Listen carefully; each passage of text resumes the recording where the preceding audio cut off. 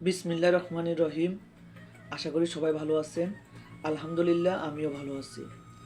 তো আজকে একটা লং ভিডিও নিয়ে আসছি, আপনাদের অনেক উপকারে আসবে, এই জন্য এই লং ভিডিওটা করা। আমরা কি করি, অনেকে আমরা যারা কাজ করি আমরা কি করি, একজনকে ফলো দেওয়ার পরে তাকে আনফলো করে দিই। আর এর কারণে আপনার কত বড় ক্ষতি হয় সেটা আপনাদের মাঝে আজকে আমি তুলে ধরবো। সম্পূর্ণ ভিডিওটা কন্টিনিউ করবেন ইনশাল্লাহ। যাদের হাতে সময় আছে অবশ্যই দেখবেন, আর যাদের হাতে সময় নাই স্কিপ করবেন। চলে আসি মূল কথায়। দেখেন আমার স্ক্রিনে আমার পাশেই দেখতেছেন, এখানে আমার একজন বন্ধুর সাথে আমার সম্পর্ক প্রায় 10 মাস।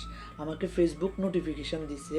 তাহলে ফেসবুক নোটিফিকেশান দেওয়ার মানে হচ্ছে এটাই যে আমরা যে কারোর সাথে 10 মাস, 9 মাস, 8 মাস একজন আরেকজনের সাথে যুক্ত থাকি, তাহলে এতে করে তারও যেরকম উপকার হয়, আপনারও উপকার হয়, আমারও উপকার হয়। যেমন আমার স্ক্রিনে দেখতেছেন সেলিনা আক্তার, এই আফুটার 1 লক্ষ ফলোয়ার সে রিসিভ করছে। আলহামদুলিল্লাহ, কংগ্রাচুলেশনস আমার পক্ষ থেকে। তো দেখেন, সে আমাকে ফলো করছে, আমিও তাকে ফলো করছি। হ্যাঁ, 10 মাস পর্যন্ত সে ফেসবুক লিখছে আপনি তাকে 10 মান্থ ধরে ফলো করছেন, 10 মাস আমি তাকে ফলো করতেছি, সেও আমাকে ফলো করতেছে। তাহলে এতে করে তার উপকার কি হলো দেখেন, আপনার বন্ধুর মধ্যে 19 জন তাদের ফলো করে। হচ্ছে আপনার আমার যত বন্ধু আছে, আমার প্রোফাইলে 8,000 প্লাস ফলোয়ার আছে, ওই ফলোয়ারগুলো কিন্তু আপনার 19 জন তাকে ফলো করতেছে। ইভেন কি আমি তাকে ফলো করার পরে আরও 14 জন তাদের ফলোয়ার শুরু করেছেন। হচ্ছে আমার পরেও 14 জন তার ফলোয়ার, হচ্ছে সেলিনা আক্তার, তার ফলোয়ার 14 জন আমাকে ফলো করতেছে। তাহলে কি তা আমার উপকার হচ্ছে না? তার যেরকম উপকার হয়েছে আমারও উপকার হয়েছে।